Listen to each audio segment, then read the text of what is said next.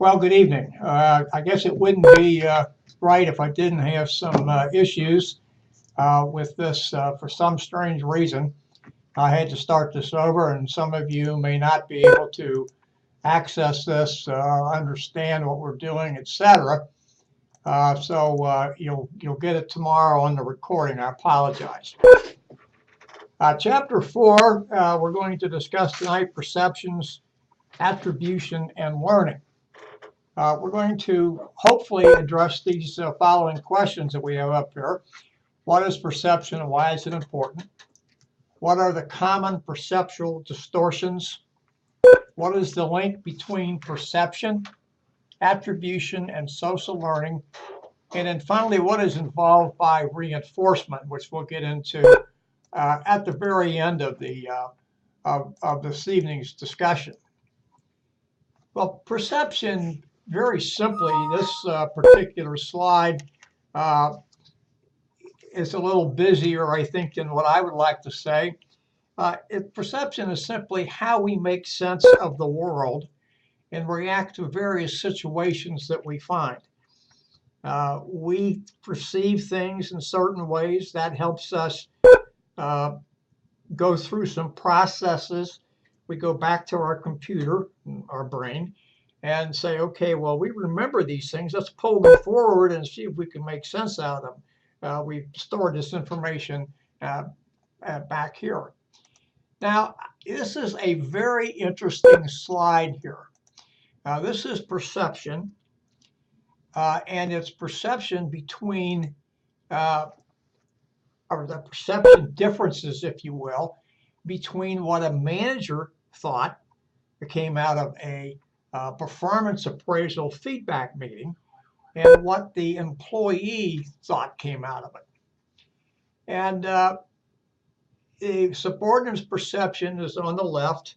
As you can see, the manager's perception is on the right.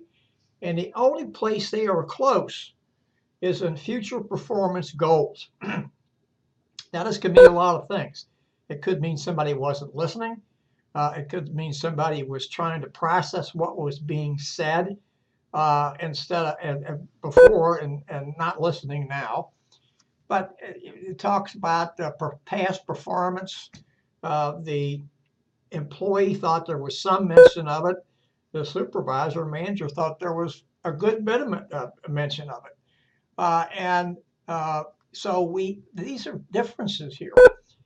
And in this particular case, we have to ask ourselves, is it really the difference between the manager, supervisor, and the employee? In other words, the manager thinks he or she really got these points out, and people paid attention to them, etc. And the employee, did he or she only hear what he or she wanted to hear? Did the manager on his or her part they really talk about these things or not? So obviously there's a disconnect here. Now we're going to come to the classic picture here, and what's perception? And the question is, as you look at this figure, do you see two silhouettes, or do you see a vase or an urn?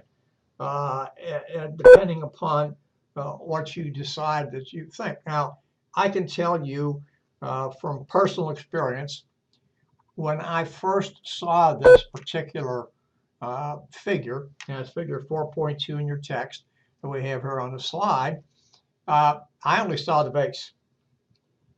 And it was a long period of time. Now, that period of time might be hours and minutes as opposed to days and weeks. But it was a period of time before I saw two silhouettes or two faces, however you want to say that. And now I can look at that and transpose one to the other very quickly. So this is perception, and it's what we see, and it's certainly how we see things. Now this is, as it shows us here, the perception process. Figure 4.3 in your text at the top of page 78. And we have a number of things here. We have influencers. We obviously have the responses, and these are formed by scripts and schemas, which we're going to talk about in a few minutes. And then we have what we see on the left. We are first called to this particular thing, and then we do some selection process here based upon what's in our memory bank. We organize what we see, or feel, or sense, and we interpret it, and then we go through some retrieval. Oh, I think this retrieval is actually going on when we get this attention and selection. So I think we're, in a way, for as we use it today, the concept we use today and we like to talk about all the time, is we're actually multitasking. So we have some different things here. We have selection, screening, and we have different types of selective screening. We do this all the time. We let some information in and we keep other information out. We don't always do it consciously. It's just how we're programmed. And remember, a lot of this perception we're going through is based upon previous experiences, previous situations which we've encountered. And we already have some kind of an idea of what we're going to do. So selective is a pejorative term. And it simply says we're only going to allow a percentage of what we sense in some way in, because we either don't need the rest of the information or we reject it. Now, some of you may have gotten a little incensed when I used the word pejorative term. Selection is a pejorative term. It's a term that says we are prejudiced in some way, or we're going to make some prejudicial decision. Now, don't think of this to be bad. We go through this all the time, and it's very important that we do that, because otherwise, if we don't, we're wasting a great deal of time. And then notice it has two types of selective processing: a conscious thing where we actually go through the steps we talked about before, or we do an unconscious thing, which we probably are not even thinking about, although we may recall that sometime later. Oh, yeah. Not necessarily saying, I remember doing this, but it comes back to us that we have done that. Then we have things called schemas. And these particular things are, notice here, frameworks in which we organize certain things through things that we've experienced before, we've gone through before, etc. And then we've given some kind of concept to it.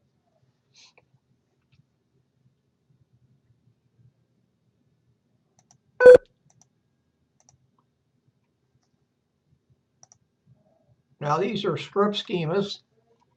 And I think the best way for me to explain this to you, or perhaps for you to think about it, not so much for me to explain it to you, but for you to think about it, is that, have you ever been in a play?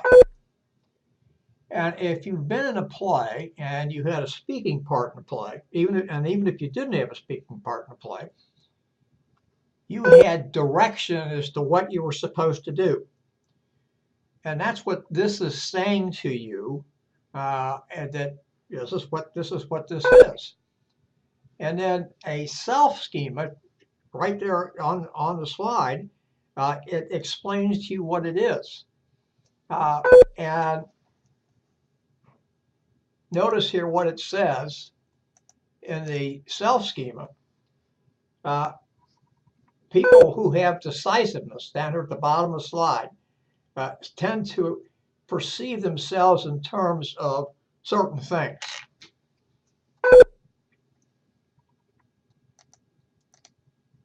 Now let's look at a a scenario for you, if you will.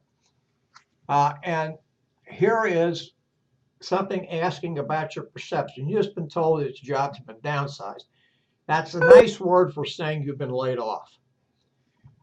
And you've never experienced this before. Maybe you've never even been in a situation where someone you knew was laid off either at your place of employment or a person that you knew socially was laid off, downsized. And so here's the questions for you. And we have to think about these and put these into some kind of parlance.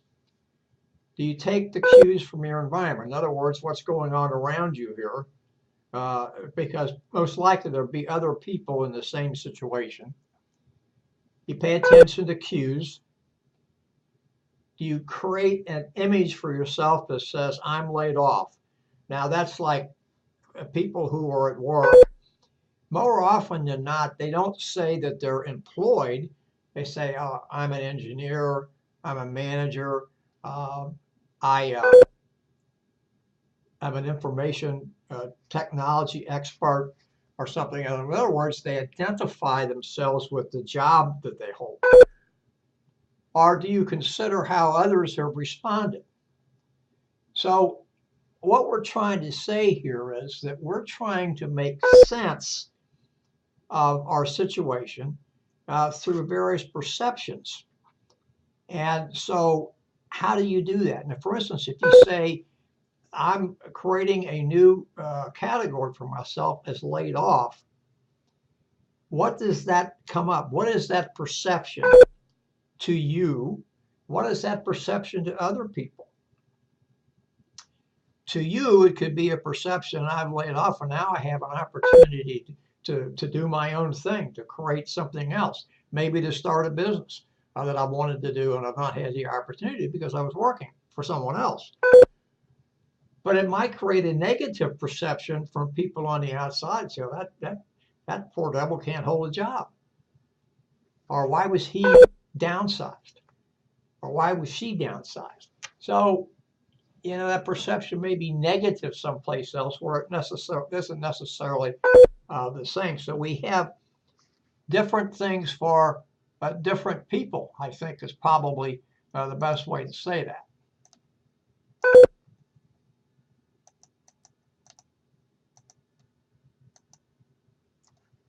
Now, this is the slide that we come to next, interpretation.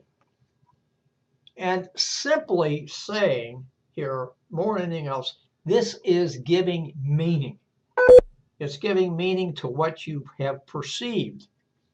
And how that meaning is derived simply comes from the perception that you go through, that categorization that we went through. And so that you're coming to some type of an idea of what this information means. And notice at the bottom of the slide, it talks about two people seeing the same things and reacting to them and interpreting them entirely differently.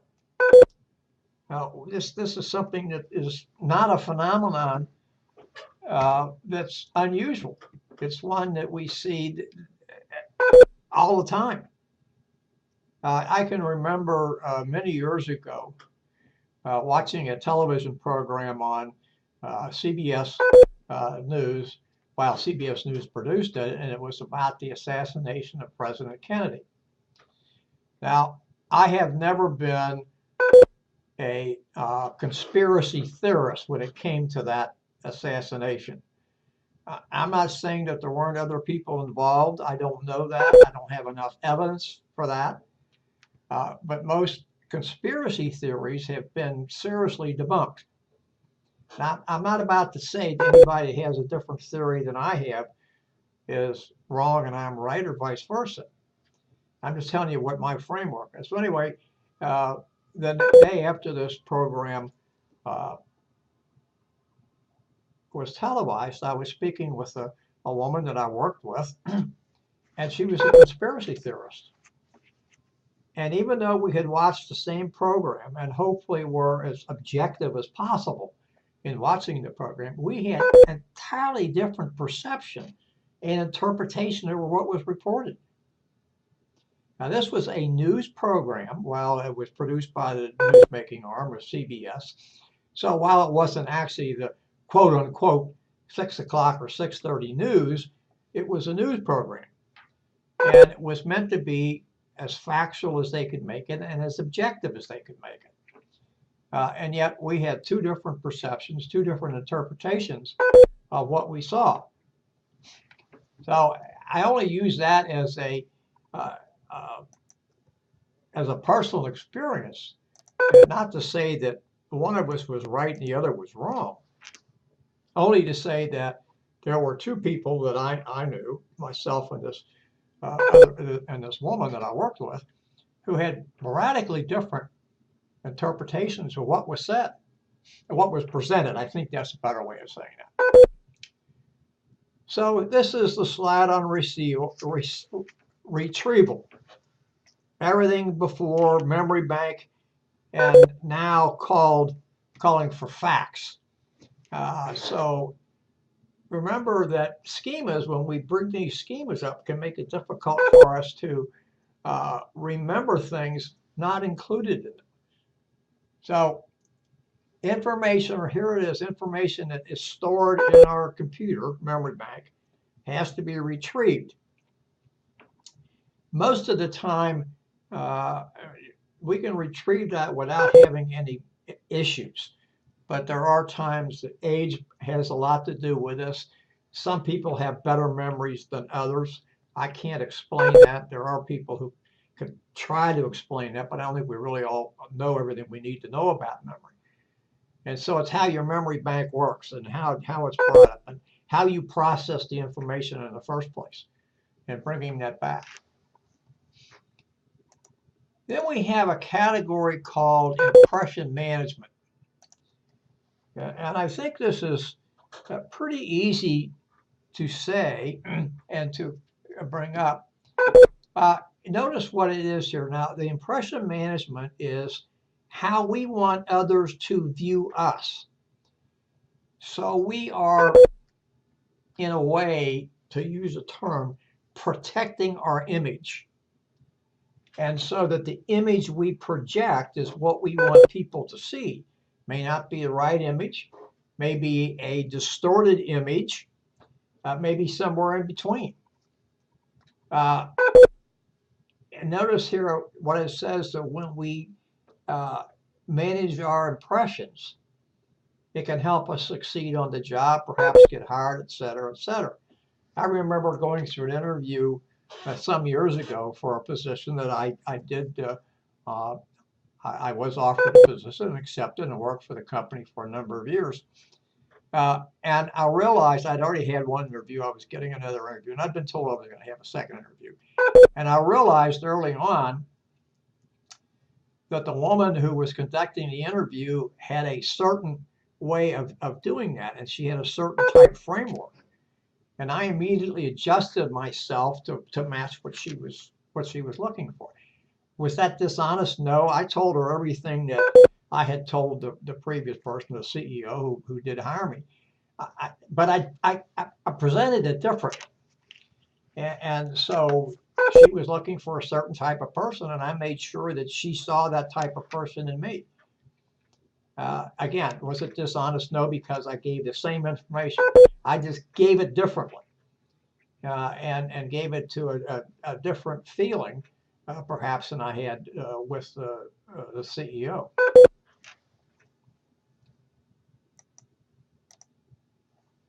Well, this is a bugaboo. I can't clean that up any. I said it's a bugaboo. It's a problem. Stereotypes. We have to think about stereotypes as being most often negative.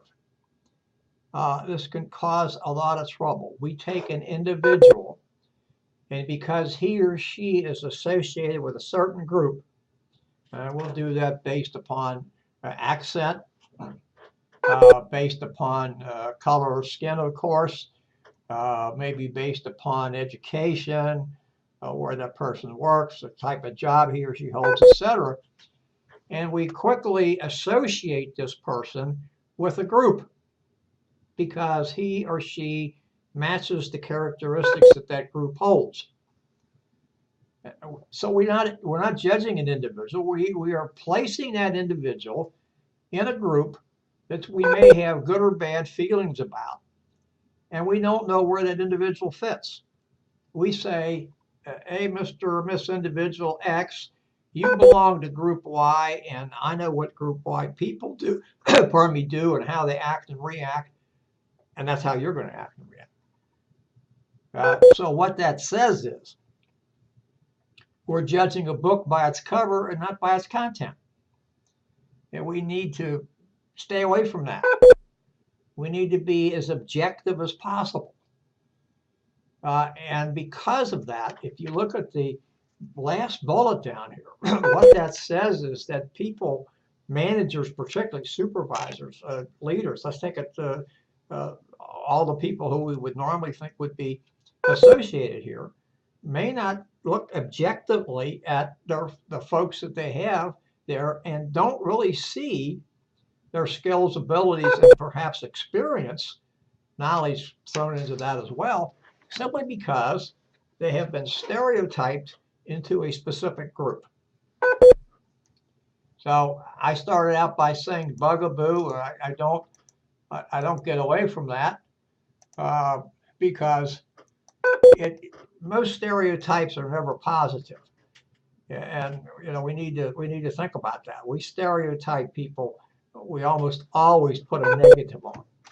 These are the major common stereotypes that we face on a routine basis, and there are others, but these are the ones that we find most often. One of the things we have, the one I like to focus on probably the best or most often, is age. We tend to think that when people get older, that they lose certain abilities, et cetera, et cetera.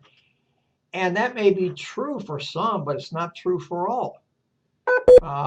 And conversely, we think of younger people as risk takers, and they drive fast and do things of that nature. Again, it may be true for some, but not for all. So we categorize people, we stereotype them, and we put them into categories because it's easy. It's not right. It's just easy. I can do that. I can lump everybody into one category and talk about them. Then along with that, there comes a thing known as the halo effect. And we talk about halo effects and performance appraisals as well. I think we're going to cover that when we get to chapter 6. But this is where we take an individual and because he or she exhibits an attribute, we develop an impression on that person based upon that one particular attribute, as opposed to the overall person, as opposed to an objective evaluation. And so if that person, let's say if the person's punctual, we say, oh, well, if that person's punctual, then he or she must be a good worker. That's not necessarily the case. It could be the case, and perhaps even normally is the case. But simply because a person's punctual doesn't mean that he or she has attention to detail and a few other things. Although normally speaking, that tends to follow. But it isn't true across the board. So we have to be careful about that. And we're going to come to another topic that we introduced early on, and is what we call here selective perception. And what that simply says is we view things from our own reference point. And so when we have a particular reference point and we see people emulating that reference point, then we tend to think that that person tends to be like us.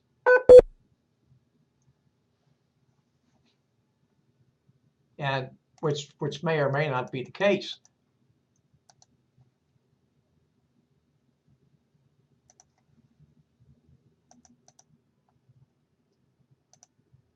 Projection simply means what it says. We're taking our values and we're superimposing is a better way of saying that, onto other people. And sometimes that may be true, but we have to be careful about that. And we ought not to do it. We should not take that and say that that's something that we look for. Contrast effects, on the other hand, is where we are using a comparison and a contrast because, of things that we see, and then we're contrasting that with something that just happened.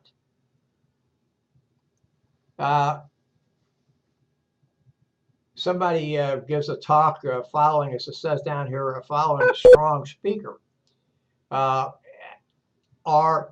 that person is going into a job interview and he's following someone that is not so good, or following someone that is pretty good. And so what happens here is that one is contrasting this performance with something that just happened. Now, there is a thing, especially in interviewing for our job, and we don't talk about that in this course, but this is a good analogy here. It's known as first-person bias. And that happens when a person comes in for an interview and he or she does relatively well and impresses the interviewer. Almost anyone else who comes, or everyone else, I should say, who comes after that person has a very difficult chance of overcoming first impression bias. So that's what this is talking about. But the interviewer says, oh, I have this person who really did well, and so I'm judging everybody else by how well that person did, or not giving them a chance because I'm not being objective now. Then we have a thing called self-fulfilling prophecy. This is where we actually believe something is going to happen, and we find other situations to kind of confirm what we expected, called the Pygmalion effect. That is after George Bernard Shaw's book called Pygmalion, which later became a very successful musical on Broadway, and later a successful movie called My Fair Lady,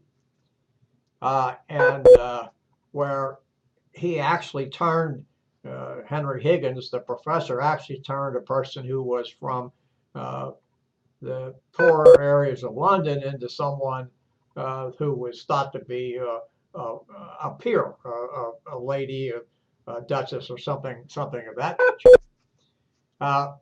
So this is what you find in a situation what you expected to find in the first place. That's not objective. Again, we're going back to perception. Now, here's another one of these little brain puzzlers for you.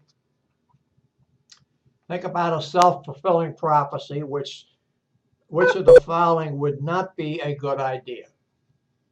To instill confidence in your staff, to identify errors in employees' performance and refer to them often, treat all new employees as if they are star performers, or set high performance goals. Well, obviously, it would be answer B, because if you're identifying errors in employees' performance and then referring to them all the time, you're just tearing that person down. So that's what this is talking about, self-fulfilling prophecy. And you're not going to get much usefulness out of a person to which you do that to.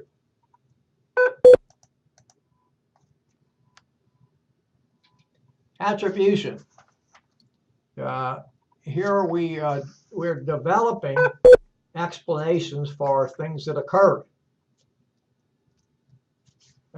And it can be classified as internal or external. Now, simply put, if attribution is, or anything is classified as internal when we go through this course, that means that the individual has control over what's happening. If, in fact, the person believes it's external, caused from the environment, that's something over which he or she has no control. So the way to look at these things, if it's internal, you can control what's going on. If it's external and external is driving it, I have no way of controlling that, and those events are going to control me. Now, think about this in an organization. By the way, we're going to talk about this when we get to more fully when we get to organization, climate, and culture, and things of that nature. Organizations have to operate, and we do too, but organizations will operate in two environments, internal and external. We can control everything that's within our walls, if you wish, or within our boundaries, if our boundaries extend to the gate, etc. But we can't control those outside. We have no control. We can try to influence them, but we can't control them. Everything that's within, we can take care of. Everything that's without, we can try to influence, but we have no control over them. Now, here's something that we look for in attribution. We look for distinctiveness, consensus, I don't think I pronounced it properly, and consistency. Now, distinctiveness says this is how that person is going to act. This person, not everybody, this person is going to act over a period in any situation he comes forward to. And I remember talking to a commander years ago, and we were in a social situation. I don't know if there were 6 or 8 of us there. And he said, he really liked working with this particular group because he knew what each one would do in a certain thing. And so he talked about what everybody would do. And it was kind of funny because the person that he was talking about at a particular point, and by the way, this was not done to single anybody out or make fun of anybody. People that he talked about could, that's probably what I would do. Consensus is likelihood that others are going to respond in the same fashion, same way. And consistency is how they're going to respond the same way across time, mostly time after time after time. And we're going to see this displayed here in figure 4.4, which you can see in your text on page 87 at the top. I know it's going to get cut off for a second, but I couldn't keep it going. And notice here the cause of poor performance by a subordinate, the manager. And then the most frequent attribution and causes of performance by themselves. Okay, so we have poor performance by subordinates. And there's many, and they lack ability. And then also there's many and they lack effort. And the few lack support. And notice how it is different from the manager side. It wasn't a problem of lack of ability, it wasn't a problem of lack of effort, but it was a problem of lack of support. So it's interesting because this is, as the text says, attribution errors when explaining poor performance. What do I attribute my poor performance to? Is it to me? Is it to my lack of ability, my lack of understanding, or didn't I get the right resources? And that's what this is kind of telling us here. Notice what for subordinates they blamed or attributed it to lack of ability more than anything else. Whereas when it was their turn, it was I didn't get the help I needed.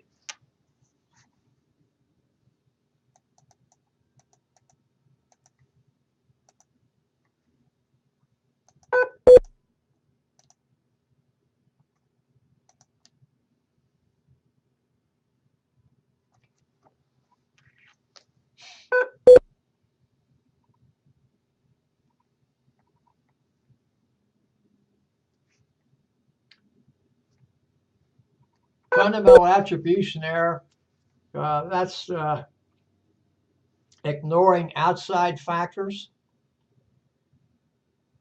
and influences. And look what it comes down to. Your poor performance is caused by you. So there are situational factors that can cause that. And we are underestimating that and overestimating personal factors.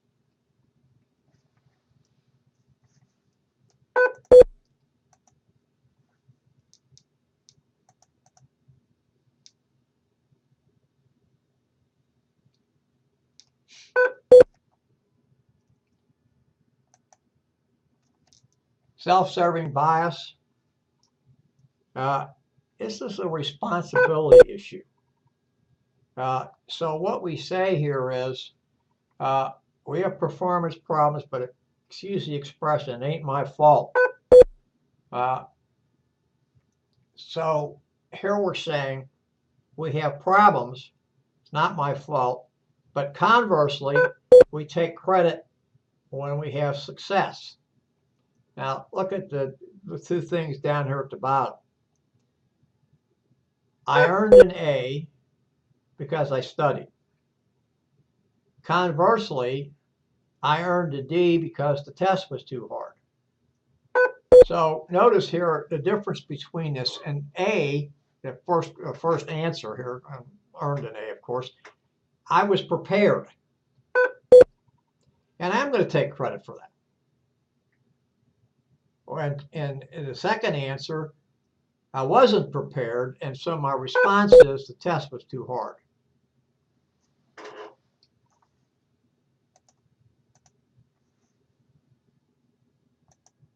So we have to pay attention to this.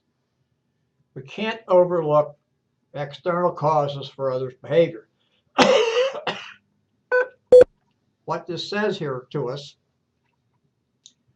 we have to be aware of our perceptions, our stereotypes, and our biases.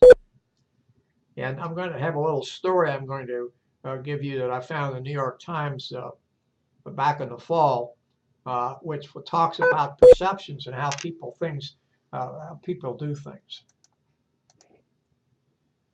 We know that there are cultural differences, and we have to pay attention to those. If we have individualistic culture, we're in an individualistic culture in the United States. And notice here that we're in that. Managers are more likely to ascribe issues to internal causes. Collectivist cultures, on the other hand, that would be Japan, for instance, overemphasize what they call here self-serving biases. The manager tends to blame him or herself for the failure of the group.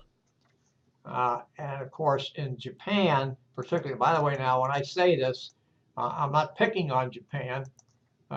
It's just simply that that is their persona. That's how they do things.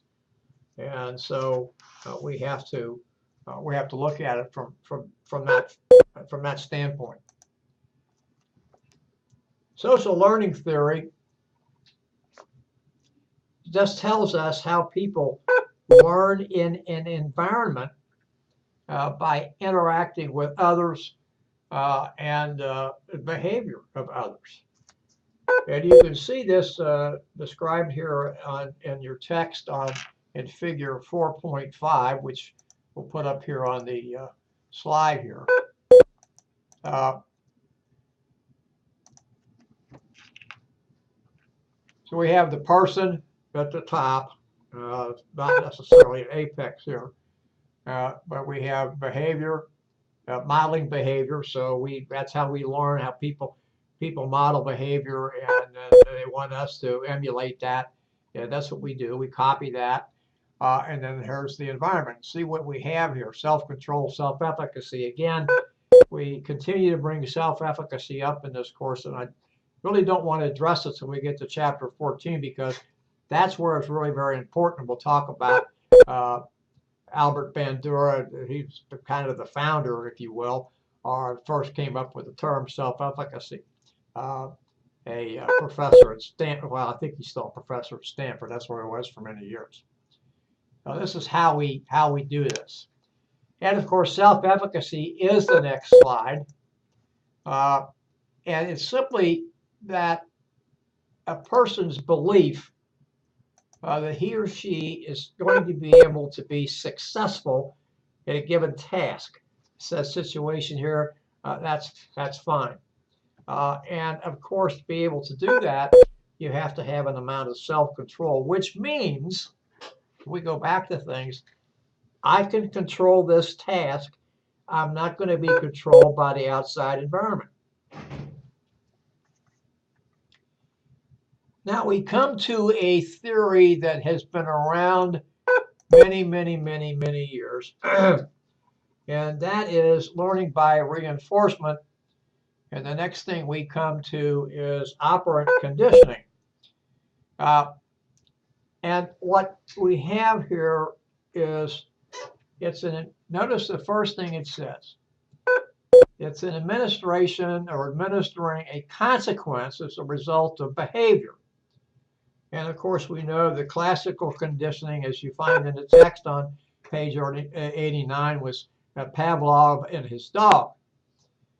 Dogs salivate at the sight, actually at the smell of food. Dogs don't see well, but they certainly smell well.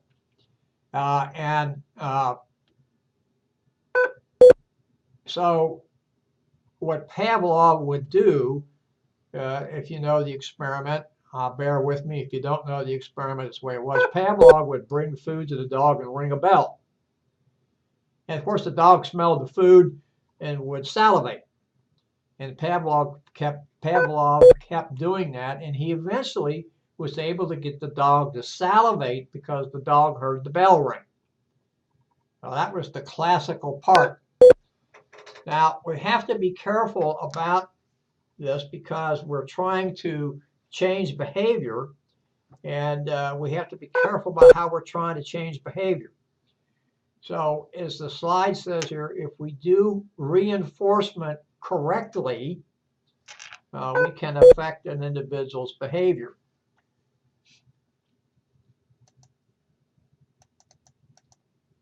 And we want to do it in a way that is positive and not negative. This is the classical conditioning, which was Pavlov, Russian scientist. And what he did, we don't need to talk anymore about that, except the stimulus, and that is something that causes somebody to do something. It's an impetus, if you will.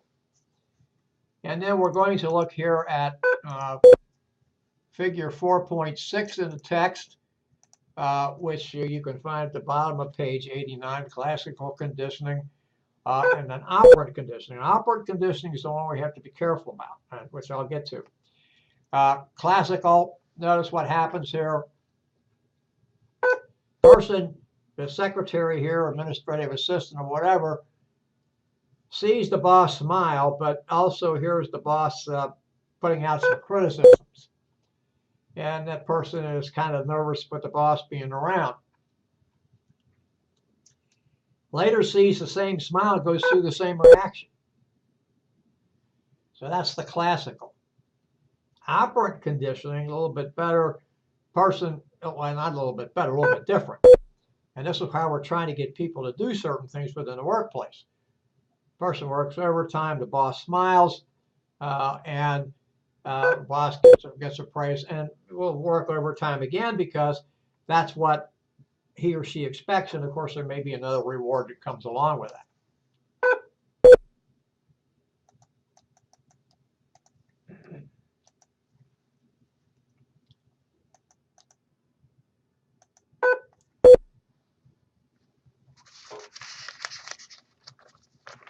The law of effect simply says this. Behavior that is wanted and has a pleasant outcome will be repeated. Something that has an unpleasant outcome most likely won't be. And this is because people get some extrinsic rewards, something that's valued and given by a different person. So here's a little thing that, again, a little puzzler comes up. I don't think it's too much of a puzzle for most of us. You work hard at your job and you're not rewarded. The law of effect says you're going to do one of two things: quit or keep trying to impress the right people. Most likely you're going to leave. And these are some rewards that can be handed out. Some rewards they call contrived rewards are going to cost something. Natural rewards, there is little cost to them. I'm not going to go through that. You can see these in figure 4.7 at the bottom of page 90. Now we're going to continue on here with operant conditioning. Organizational behavior modification, OB-MOD. This is a type of operant conditioning, and it's used to get four outcomes. Are used to get positive, reinforcement, negative reinforcement, punishment, and extinction. Well, we know what positive reinforcement is. Somebody does something good, you pat them on the back, and then you can pretty much expect, for the most part, that behavior is going to be repeated. We do that with our children. We praise them when they bring home a good report card, and we expect, because of that, that they're going to do well the next time it comes around. Now, there's two kinds of rewards. One, the contingent reinforcement, the other one, intermittent. Contingent says you give the reward every time the behavior is done. Intermittent, you give it as soon after that as possible.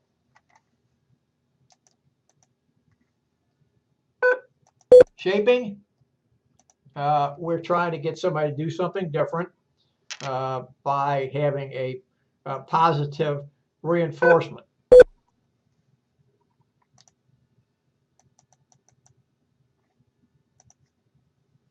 Continuous reinforcement is exactly what it says, and an intermittent reward is exactly what it says.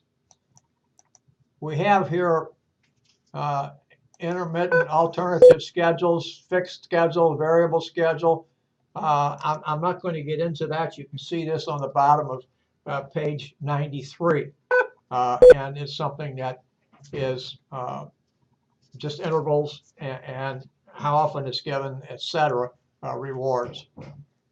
Negative reinforcement, we're withdrawing negative consequences in the hopes that the withdrawal of the negative consequences will get a person to change his or her behavior. And it's also known as avoidance learning.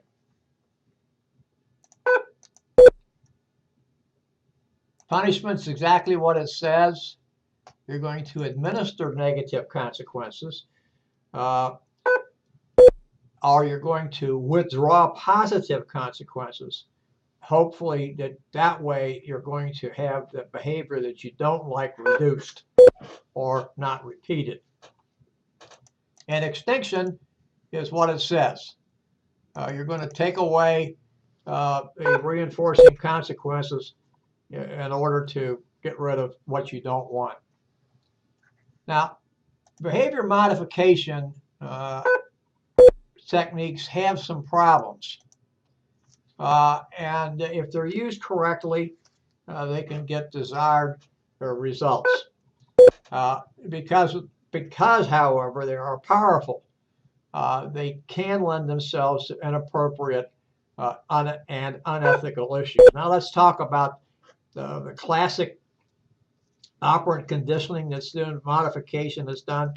An employer states in his or her handbook that to receive holiday pay, you have to be at work the day before the holiday and the day after the holiday. If you don't come to either one of those days, you don't get the holiday pay. That's operant conditioning. That's OB mod. That's at its simplest form. There's another way, operant conditioning. Use differential rewards. If managers treat all employees alike, they encourage mediocrity. Rewards have to have value. Find out what employees value and then try to deliver those. Let employees know how rewards are tied to performance. Without this information, the result is confusion. Provide feedback. This should happen as soon as desired performance occurs. We talked about that a little bit. Can't always be that way, but as quickly as you can. Does it have value? OB modification. Critics say, this is a little bit more of what we see here on the last point. Critics say it is manipulative and a deliberate attempt to control behavior. Well, the scenario I gave, getting a person to work the day before a holiday and the day after a holiday, is trying to get people to conform, to change their behavior. Is that good? Yeah, probably is. Furthermore, they accuse OB modification as being akin to Big Brother. Advocates acknowledge the potential for misuse, but state that good judgment will win out because employees would rebel if they believed they were being exploited. I think we ought to look at case 6 when we get to case 6B and see if that falls into case 6B. Critics also contend that OB mod smacks of some of Fred Taylor's principles of scientific management, which we'll talk about in chapter 6. That'll be next week. Often OB mod requires close supervision, which is certainly not today's trend. And finally, OB modification grew out from the early work with animals, such as Pavlov, and therefore thought processes are seldom considered by OB mod folks. Now, I would like to give you a final thought on perception. This came from an article I found in the New York Times. It said last fall. It's titled An Appeal to Our Inner Judge by Howard Ross, the founder of Cook Ross, an international diversity consulting company. Ross was in an airport when the gate agent announced the flight would be delayed by 45 minutes. Ross said, a deep southern accented voice behind him bellowed, "You talking to us, lady?" He turned around and spied a white-bearded man wearing overalls and a flannel shirt with a car magazine in hand. Ross thought he had this man's life experience summed up in one encounter. As fate would have it, Ross sat beside Mr. Whiskers on the flight. Mr. Whiskers is my term. As they were close to landing, he asked the man where he was going. To a professional conference, he responded. What's your occupation? Ross asked. I'm a radiologist, said Mr. Whiskers. Ross confessed in the article that he pegged Mr. Whiskers for someone who had little, if any, formal education. Ross said, I should have known better, but that our built-in biases always get in the way. We tend to perceive on our biases, and the best way to overcome faulty perceptions is to acknowledge we have biases and work to eradicate them. So that brings us to the end of chapter 4. We'll now get into chapter 5, which is the first of our 2 chapters on motivation. But we will take a short break. It's 5:28, and we will come back at 5:33. Thank you. Please come back at 5:33.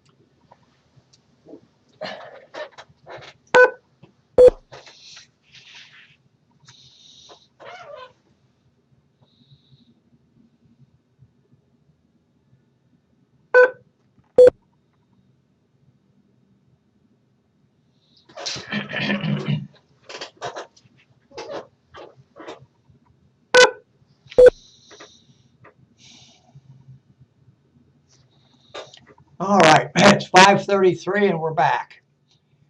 Chapter 5, Motivation Series, Achievement Requires Effort. And as we go through this chapter, we hope to answer the following questions. What is motivation? What can we learn from the needs theories of motivation, which we're going to talk about here? What is the equity theory of motivation, or why is the equity theory of motivation important? What are the insights of the expectancy theory of motivation? And how does goal setting influence motivation? Now, you will notice from what we just talked about here on these questions that not all of the theories of motivation that we're going to talk about are up here on the study questions. And there's at least one that has, at least to me, a great importance in the workplace. And not to say that the rest of them don't have importance in the workplace, but there is one that's not mentioned that does. And I'll try to spend some time talking about that as we have it here in the text. Well, the question here is, what's motivation? And the definition is there, but I like to boil it down to something simple. It's what causes us to do something. We're all motivated by all kinds of different factors. We're motivated by a sense of achievement. We're motivated by other type things, wanting to do this well or that well or something else, which necessarily means achievement. But we're motivated by a lot of things. We're motivated by wanting recognition. We're motivated by, we want people to think well of us. We want people to, whatever that happens to be. So motivation is what causes us to do something. It's the basis, if you will, of why we do something. I'm going to use this term, and some might disagree with me. People are not motivated negatively to do something. And when we get in a couple of our theories, I'll introduce a theory that used to be part of the text but is no longer. And I don't really know why they took it out. It's a pretty good theory, and it does talk a little bit about motivation. So notice we have three things here: direction, level, persistence. And direction is a choice. We do what we want to do because. Level is how much we're going to put into something. If we're maybe motivated by a chance to be promoted, we may put a greater level into something because we want to see our efforts rewarded. And persistence means we just keep after it and continually until we achieve whatever it is we're trying to achieve. We have several different kinds of motivation. We have content theories and we have process theories. Content theories are focused here, notice here, on needs. And we're going to talk about those. We're going to start with Maslow's first, but we talk about needs. And notice here what it says, that they're physiological or psychological needs that an individual believes that he or she has to address and to then either reduce those so that they're no longer a need or eliminate them completely. I suppose I really said both. Reduce them to where they're manageable, I guess is the better way to put it. Eliminate them, they're no longer around. And then process theories, this talks about how we cognitively go through things. And because we have to sort through things, we have to make things come around, we have to see them, we have to understand them, and then we have to eventually act upon them. The first theory we come to is probably, at least to some extent,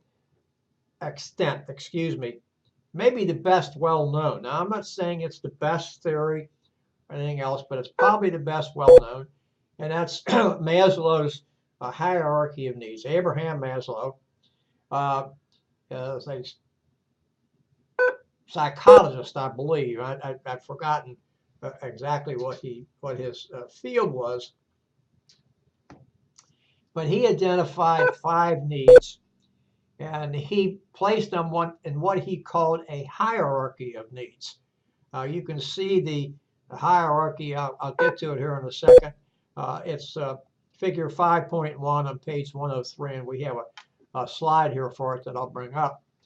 And Maslow simply says that you can't move from one need to another until the lower level need is satisfied. So notice his hierarchy of needs. Most of the time you see this as a pyramid. We don't have that depiction here in the text, but most often you see it as a pyramid. And what he simply says is that we have lower order needs and higher order needs, and lower order needs are basic to us. We have to have food to exist. And so that's the psychological need. Then we have to have some type of safety, security. I've seen security uses this as well as safety, which means we need to have something around us that we feel that is going to keep the outside elements where they belong, outside. So we live in houses or apartments or condominiums or something of that nature. Native Americans lived in wigwams or teepees, whatever the word that you want to use is. But the basic premise is that, of course, the Inuits, the Eskimos in Alaska and Canada lived in igloos. I'm not sure how much they still do, but and there are not too many Native Americans still living in teepees or wigwams, or some places they were called hogans. But what we're doing is it's the same for each, depending upon what he or she is. And the society and the environment. We're trying to keep elements out. Some people lived in caves. Keep the elements out and keep us away from marauding animals and things of that nature. Well, I mean, that was maybe years ago, but it's still around today in some cases, depending upon where you're going to be. And then once we've developed the safety and we've taken care of the physiological needs and now the safety needs, we're going to keep social needs. Man, integrating both sexes by using that word, is a social animal. He or she don't live apart from other humans. And I'm not talking about marriage here or living with significant other or anything else. I'm talking about intermingling of people, being together and sharing thoughts and things of that nature. And then once we have those 3 needs met, and Maslow says those are lower level needs, then we can move into self-esteem. And here we're looking for respect and have prestige, etc., and then to self-actualization. Now, when I was originally exposed to Maslow's hierarchy of needs, I don't know how many years ago it was, Maslow said, or at least I was led to believe that Maslow said, that we never get to self-actualization. It's something that we're always trying to achieve. We may get someplace and there's something else we want to do. So we can look at it as a goal, if you will. So that's Maslow. Maslow's theory was complemented to some extent by Clayton Alderfer's ERG theory, existence, growth, and relatedness. And so what we have here is that, and we see it in some extent, and it doesn't show up too well here in the text, but Maslow's theory is broken down here to 3: existence, relatedness, and growth. And existence would relate to the first 2 of Maslow's hierarchy, which would be physiological and then safety. And then relatedness obviously would be the social issue part. And then finally we get to growth, which would be the self-esteem, and then finally self-actualization. So this is Alderfer. And what the purpose here is to show that Alderfer is saying, wait a minute, there aren't 5 distinct needs. They actually could be broken down into 3. And then to, I suppose, further complement, by the way, here's this is work done by David McClellan, the Thematic Appreciation Test, or TAT test. Asked people to view pictures like we see here, and then to write stories about them. And so he had, McClellan had 3, and we will get to those right here. The acquired needs theory, need for affiliation, and then finally the need for power. Now, McClellan says, you can take these things and you can put them in the workplace, work preferences, etc. And a manager, according to McClellan, has to realize or has to recognize the needs of his or her employees. And so achievement, people who need achievement, who are achievers, and they have a need for achievement, they need to receive feedback on their performances, and they do have a desire to do certain things, obviously, but they need this feedback to see how well they're doing. A need for affiliation. These people need and want reassurance, and notice that they want to be have good relationships with their co-workers. And then finally, the need for power. Obviously, that's the need, as it says here, to influence others, but it's also a need for control. Now, I want to be in control of not only myself, but I want to be in control of others. And so managers have to see these needs, if you will, in their subordinates, and have to create situations for them, if you will, so where they can get these needs and can satisfy. They would have these needs. They can satisfy these needs. Now, I'm not going to speak too much to either Alderfer or McClellan, but we are going to speak a little bit to Maslow. And researchers have not been able to replicate Maslow's findings.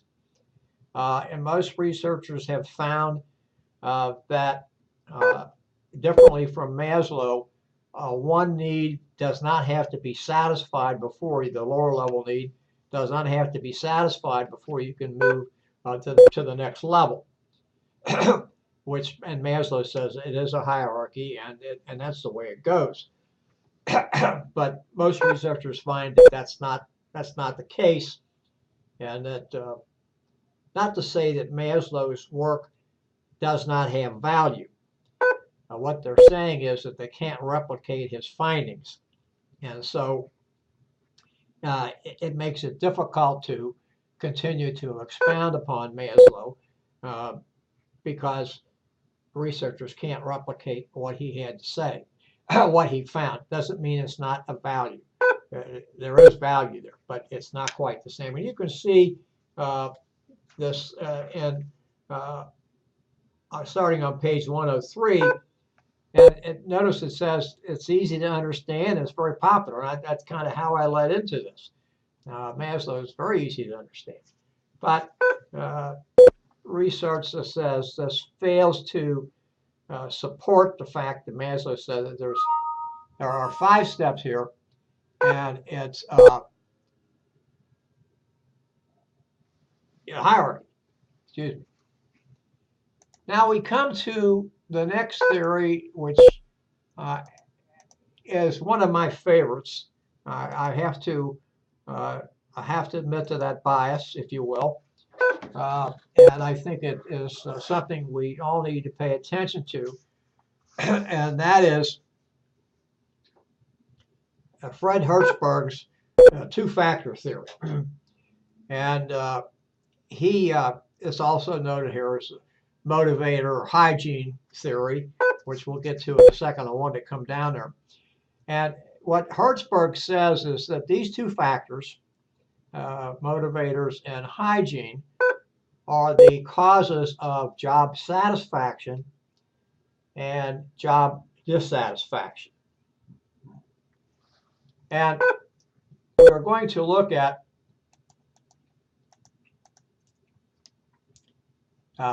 Hertzberg's, actually we're going to look at the slide here a little bit later on.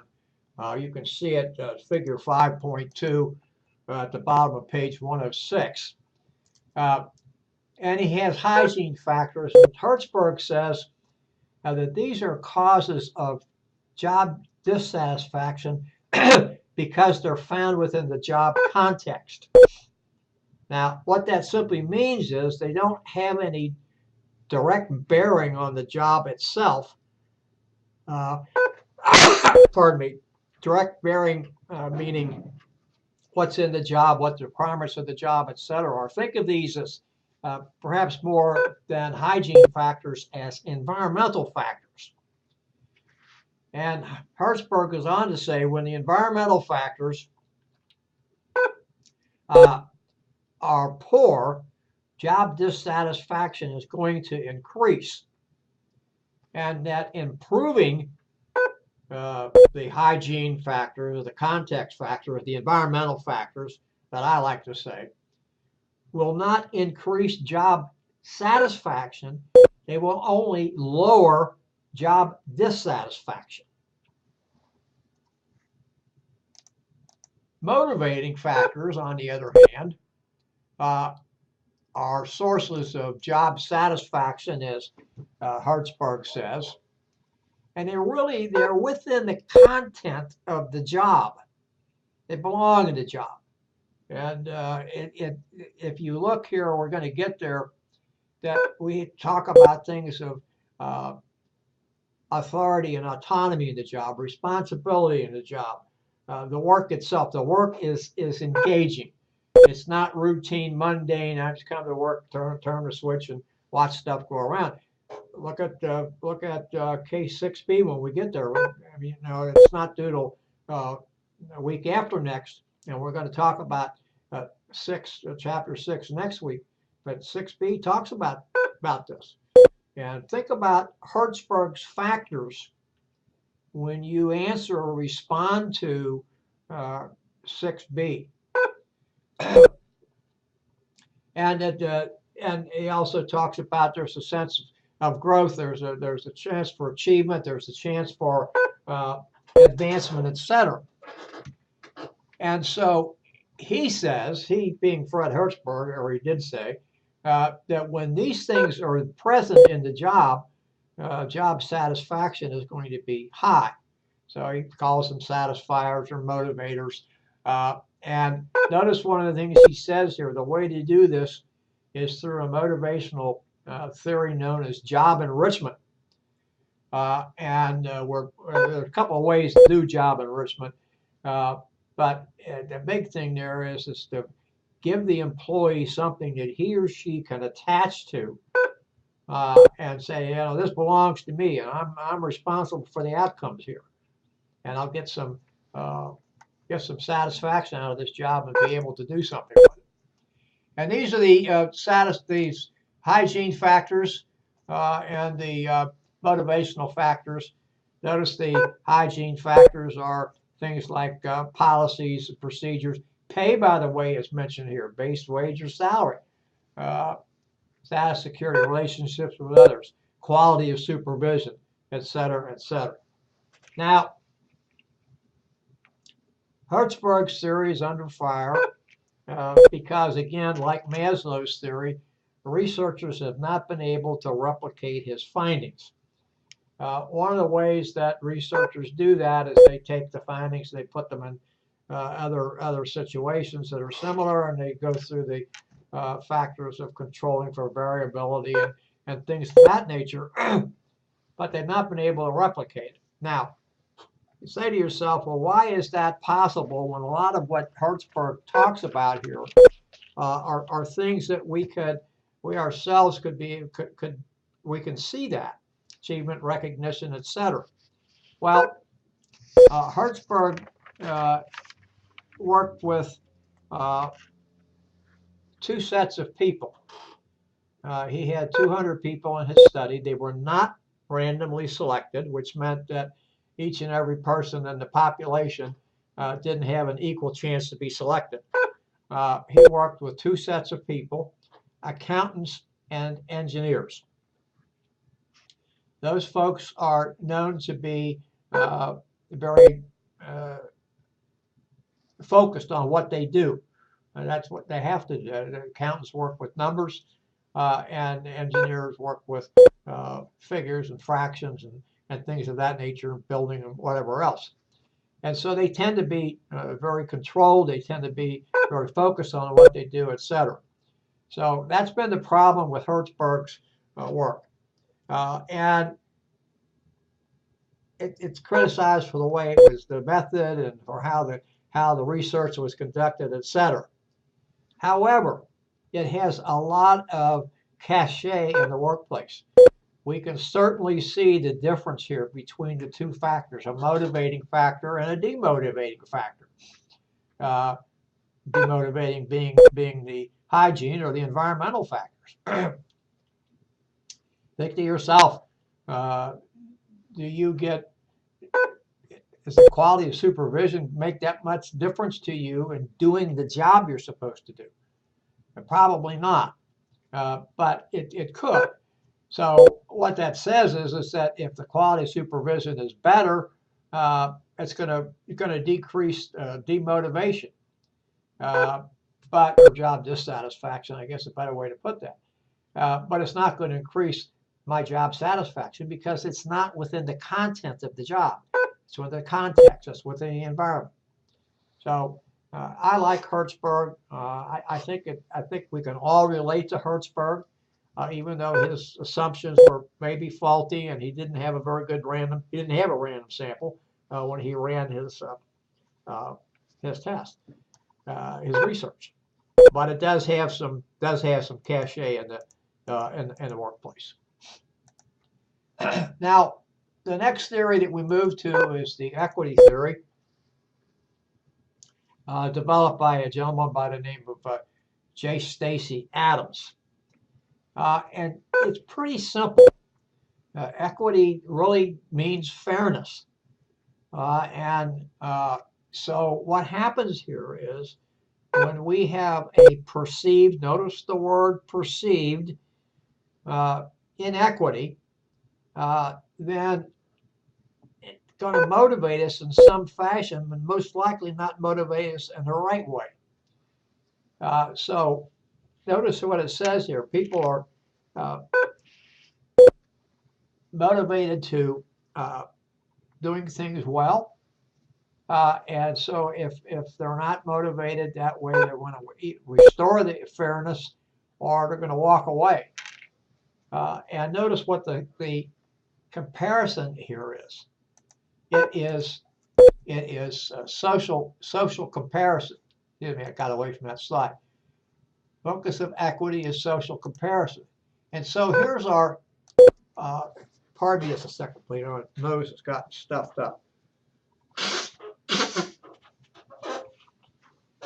Thank you. Beg your pardon. So we have, here's our equation. Individual outcomes over individual efforts. And then that equals others' outcomes, somebody other. Now, that usually somebody other is what we call a comparison other. And then that comparison others' efforts. So here's what the equity theory says. If we have a felt inequity, In other words, if we have what's known as felt negativity, excuse me, what it says here on the slide. If we feel that somebody else has gotten more than we have for the same level of effort, we are going to have a negative equity feeling, or we're going to have inequity. So if we have felt positive inequity, that's kind of an oxymoron there. Felt positive inequity. In other words, we're positive it's an inequitable situation. This positive inequity, I need to change this around. This is where we think, well, we think we've got more than the comparison other. But the one we really want to talk about is this one, because this is the one that's going to cause us trouble. It's when we think that the other person has gotten more than we have for the same level of effort and output. And this is what's going to happen. Excuse me, that's the felt inequity. Not to the right. So this is what's going to happen to bring equity back to where it ought to be. And none of those are positive. If that person is getting more than we are, we're just going to reduce the amount of work we do. We may ask for a change of work. We may look for a different comparison person. We may distort things in some fashion, may attribute more things than are necessary. But the one that probably stands out the most to us, and should stand out the most to us, is we're going to leave. That means we're probably going to look for a new job.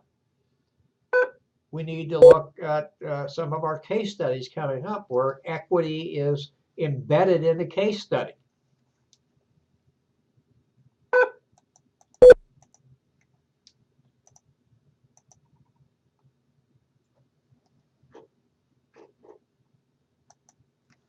Now,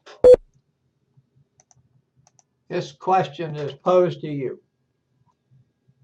You work longer than anyone else, yet you don't feel like you're being adequately recognized or rewarded.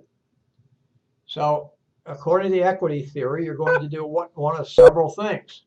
You're going to increase your efforts, you're going to ask for a raise or a bonus, reduce your efforts by decreasing hours, or frame the situation as a learning experience and beneficial for your future career. Now, you're probably going to do C, because you're in an inequitable situation. And you're going to have to do something to rectify the situation in which you find yourself.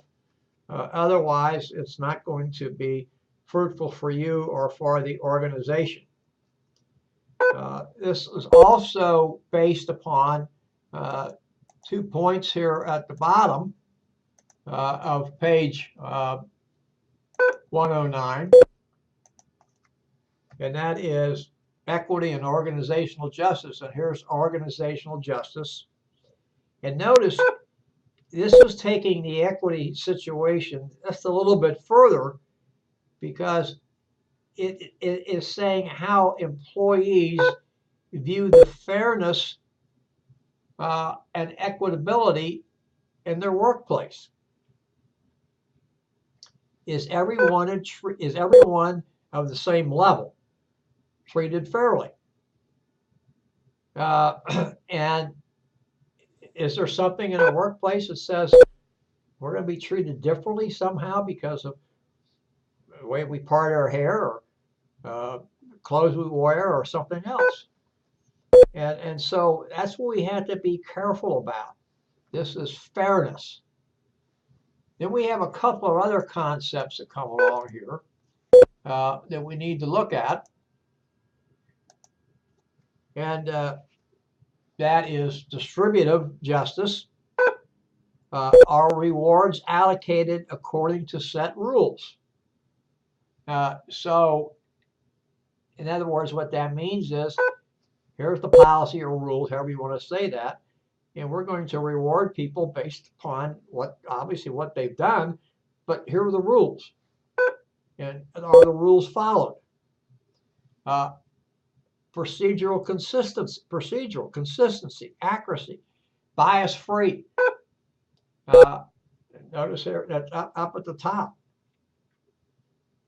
Interactional, respect, propriety. Again here, how are we treating people? And then commutative justice, thorough and truthful explanations. So all of these things come in here with this one little theory, if you will, equity.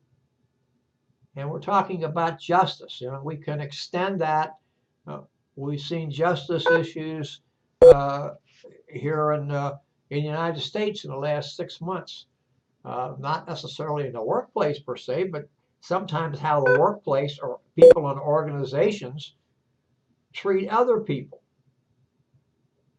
And so, you know, when we come before the law, I'm just using this as a term, everyone wants to be treated equitably. And it should not make any difference in the standing of an individual, whether or not he gets or she gets treated equitably. Now, I remember a story my father told me when he was a city solicitor for Covington, Kentucky. Covington is across the river here from Cincinnati, where I grew up. And he talked about a judge that he interacted with on a routine basis. And the judge called him up one time and said, I want you to change the docket. And Dad said, what do you mean? He said, well, there's a out-of-towner up there coming up he was arrested for driving under the influence. And he said, I want you to put him up before this other guy who's a local. And so what the judge did was he remonstrated this fella who was from out of town and said, I just want you to know that this is what happens in my court. And so what the guy was doing here, the judge was doing, was he was giving a sermon to the out-of-towner, telling the in-towner who was well known, this is what you're going to get when you get up here. And that's what we're looking for, justice. And that's what equity talks about. And we have to stop and think about that. We don't always think about justice in the workplace, but we do think about equity. We should think about equity, and it hinges on just actions.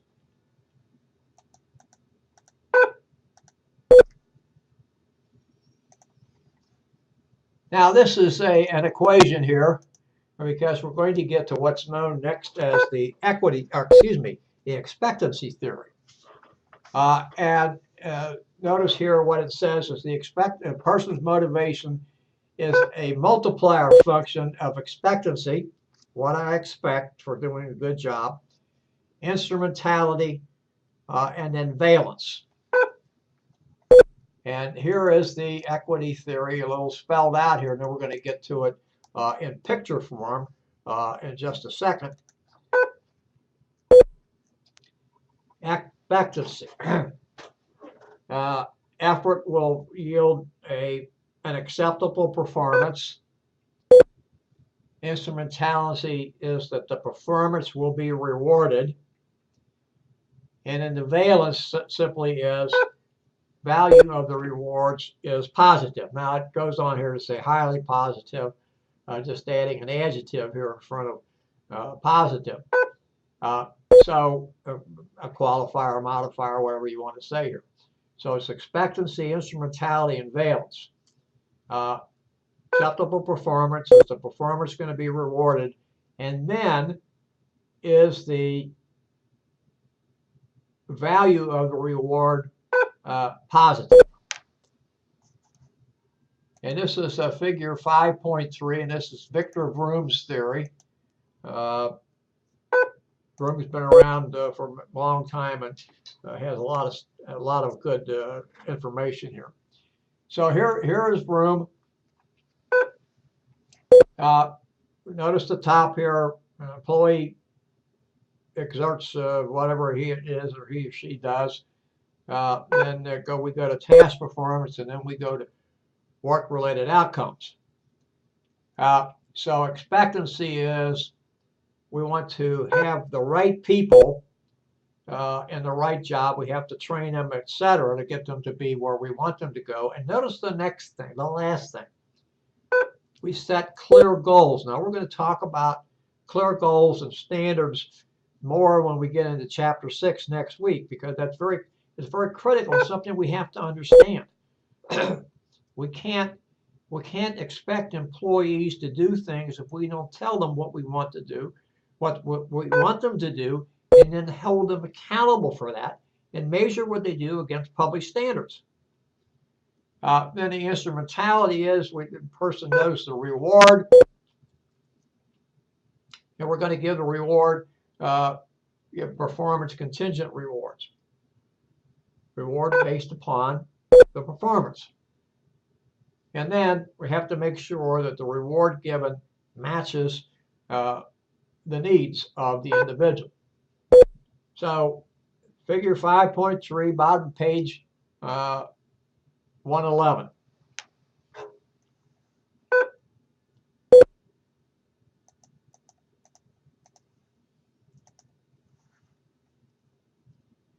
Now we're going to get to a little bit of what I like to call here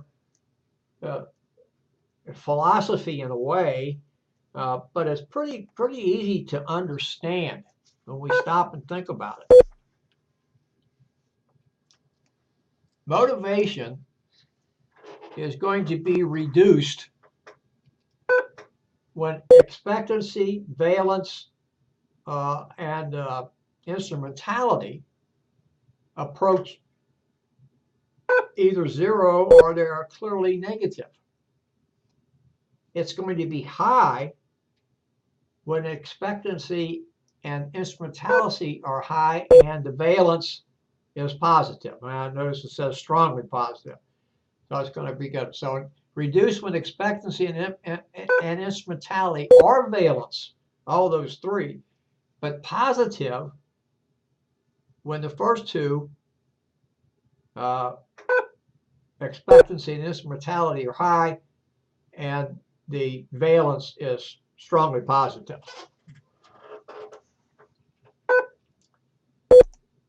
The next theory that we come to is goal setting. And notice here what this says is it's not only are goals set. Now notice here it uses the word developed or developing, but they are developed and set and negotiated between the supervisor and the employee. And one of the things that we need to talk about here is that these goals, look at them as expectations in a way, if you will, are high. We're going to say a little bit differently on the next slide, but that's, in other words, we're holding people to a standard where we want them to be.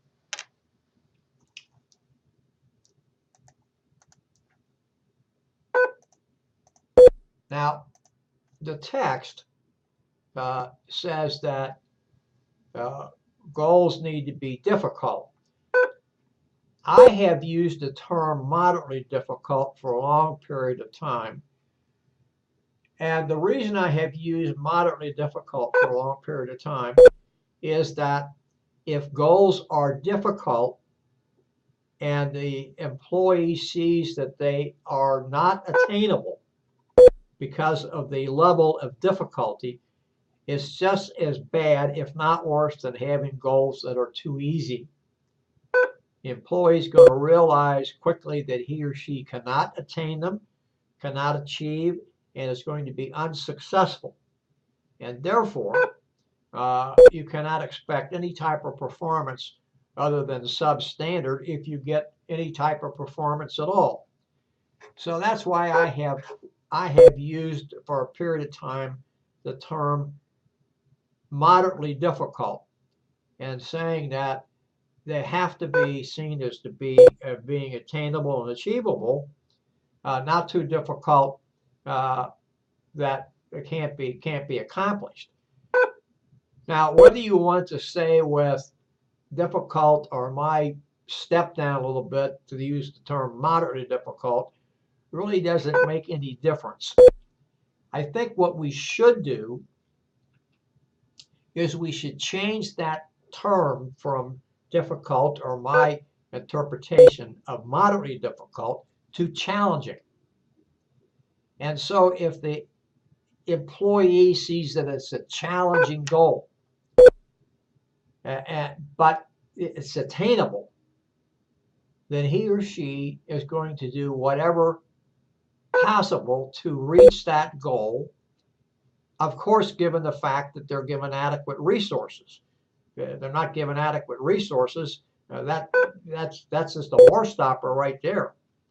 So we don't have to talk about difficult or moderately difficult like I like to use. Let's use the word challenging. But that the employee clearly sees that while the goal is challenging, or goals are challenging, it or they are achievable. Then the next point comes to is the goals have to be specific. Not a lot of wishy-washy stuff. And this is what we expect. And when an employee understands what's expected, you can realize that the employee is going to be able to do what you're asking him or her to do, because there's no generality, there's no vagueness, there's no, well, a lot of ifs, ands, and buts there. It's specific. Now, yes, in some cases you may have a generalized goal and say this is what we want to reach, and you have the authority. This is job advertisement I'm talking about now. You have the authority to devise a way to get there. So this is the end state. Here's the end state we want.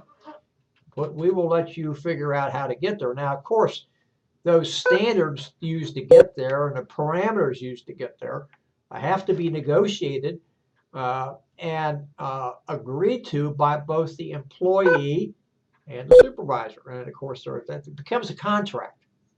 And I think that's one thing we need to look at when we're talking about goal setting. There's a very common one, but best known as probably as management by objectives, which we'll get to.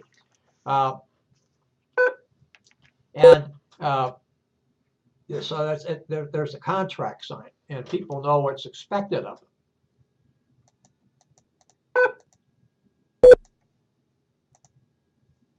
Whoops, I skipped one. Pardon me. This is one of the most critical parts of the goal setting theory, and that is feedback. People, people need feedback all the time. Cut to the chase there. We need to get that in up front. Everybody understands it. People have to know how they're doing. And we'll talk about this more next week, but nobody should ever be surprised when they get a performance appraisal and it's not what it's supposed to be, or not what the person thought it was supposed to be. So we're talking about feedback. And feedback has to be, just as the goals have to be specific and challenging, the feedback has to be specific. And you have to talk about what the individual did and how he or she did it, and give positive, constructive feedback. Now, that doesn't mean to say that you don't give feedback and say, well, this, that, something else. But what we have to focus on here is the feedback focuses on performance, focuses on the objectives, and the feedback is objective. Now, that doesn't mean to say you can't pat someone on the back and the rest of that kind of stuff, but it has to focus on performance. If it does not, you're not going to be able to get people to move forward and do other things. And of course, the more often that the feedback was positive, assuming that it's justified, the more you're going to be able to get people to move on to bigger and better things.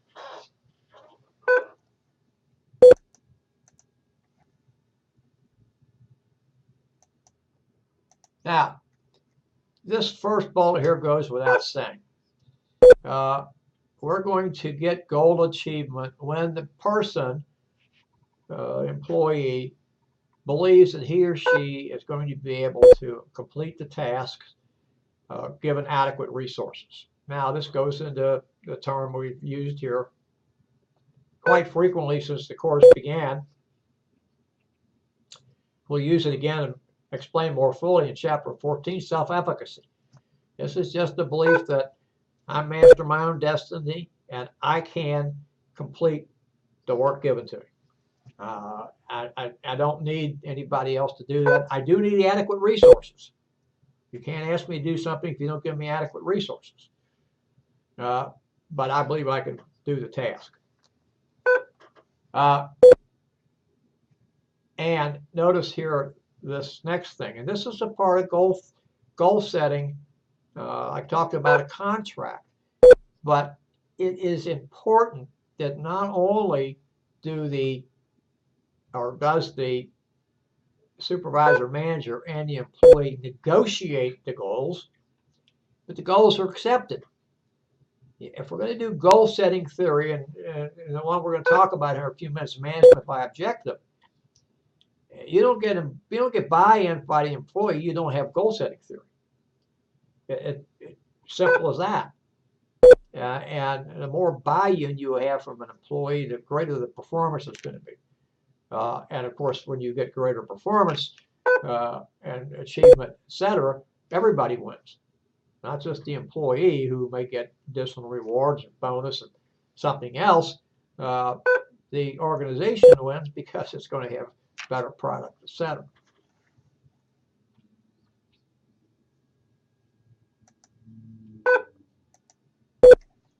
Now, this is the theory we've been talking about, management by objective. It is what we've talked about before, joint goal setting by the supervisor, manager, and the subordinate employee.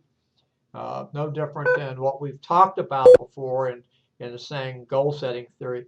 This is just the one we talk about, and it is management by objective. So you have objectives, and that's how you're going through the process. And then we come here to our final slide of the evening, and this is how management by objective works. Differently here than we've been talking about, sort of a subordinate, a supervisor-subordinate relationship. We have now here a difference between team leader and team member. Now, for the most part, and clear this up, we'll talk about it more when we get to Chapter 7 and Chapter 8, but a team leader is not the same as a manager or a supervisor.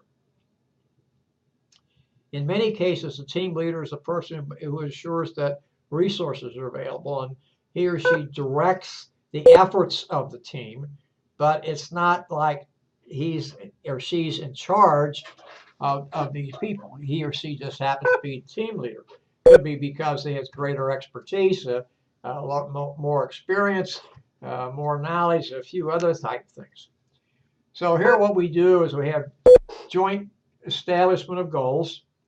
The people get together and they agree to what has to be done. Then it is the subordinate. I'm going to stay away from team member. Subordinate who carries out the tasks.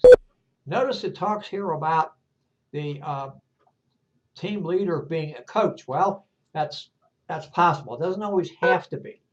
But that person, whether it's a team leader or supervisor manager, has to be in this process in some respect. That's part of the feedback thing.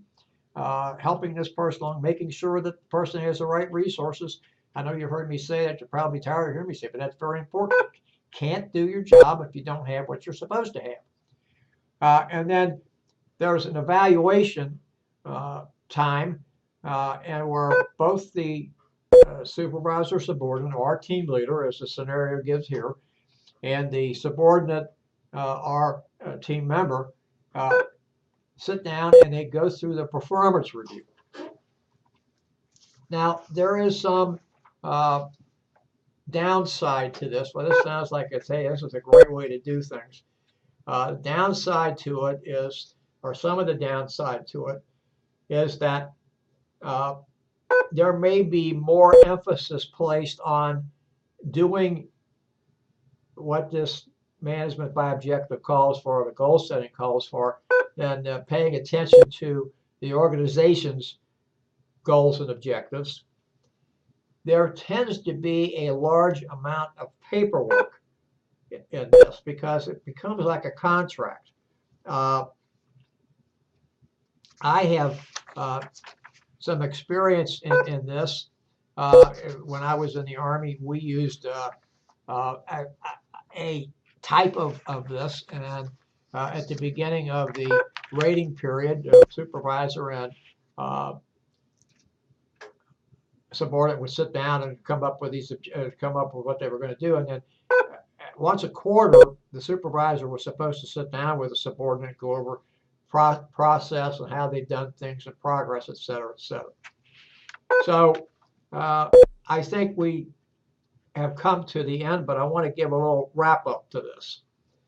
Let's go back to Hertzberg.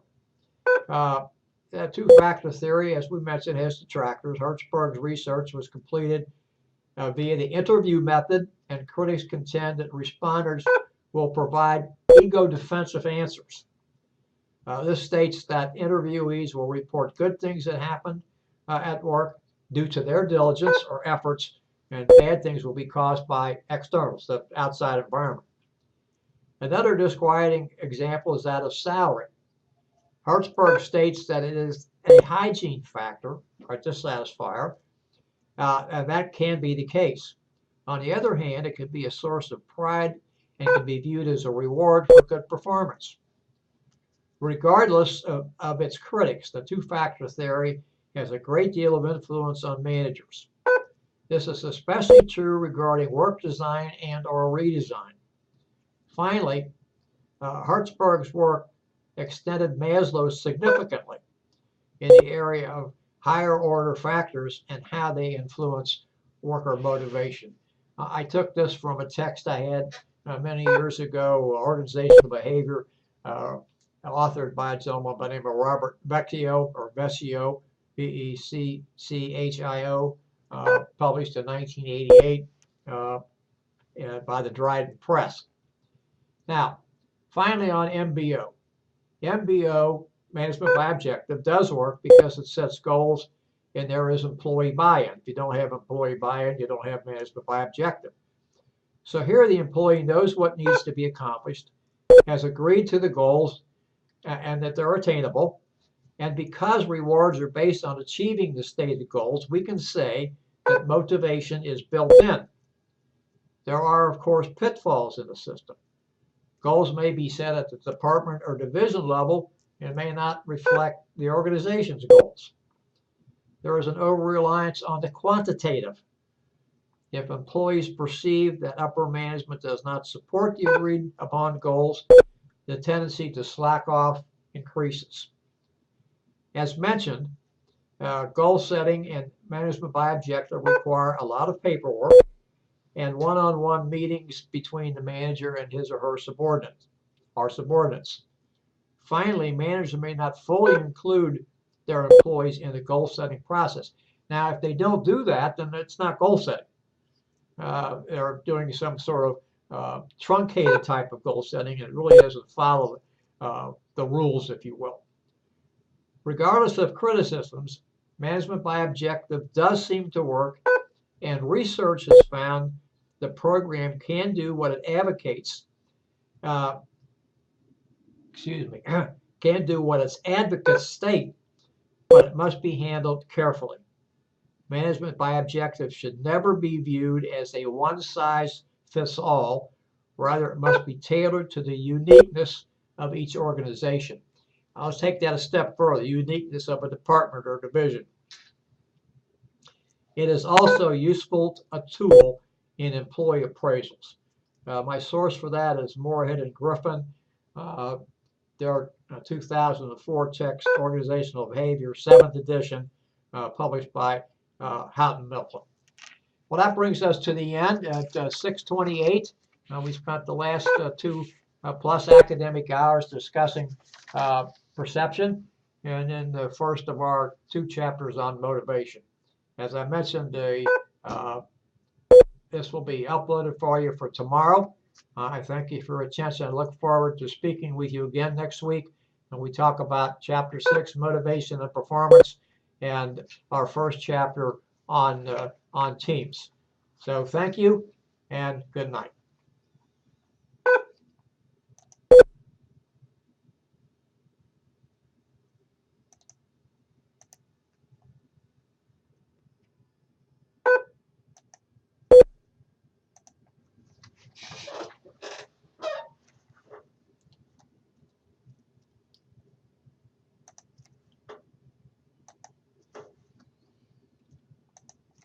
Oh, damn.